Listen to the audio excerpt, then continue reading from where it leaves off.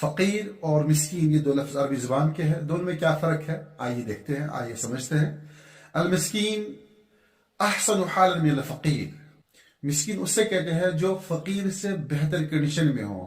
فالفقیر هو الشخص الذي لا يمتلك اي شيء، فقیر اس سے کہتے ہیں جو ذرا برابر بھی کسی چیز کا مالک نہیں ہوتا ہے۔ رب کائنات کا ارشاد ہے سورہ قحط میں، اما السفینة فکانت لمساکین، اور اسی طرح رب کائنات کے پیارے محبوب صلی اللہ علیہ وسلم کا ارشاد ہے، اللہم احیینی مسکینا وامتنی مسکینا۔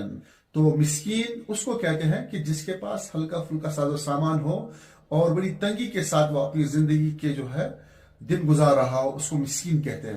اور فقیر اسے کہتے ہیں کہ جس کے پاس کچھ بھی نہ ہو، اور اس لیے نبی پاک صلی اللہ علیہ وسلم نے دعا کی ہے کہ اللہم انی اعوذ بک من الفقر۔ امید کرتا ہوں کہ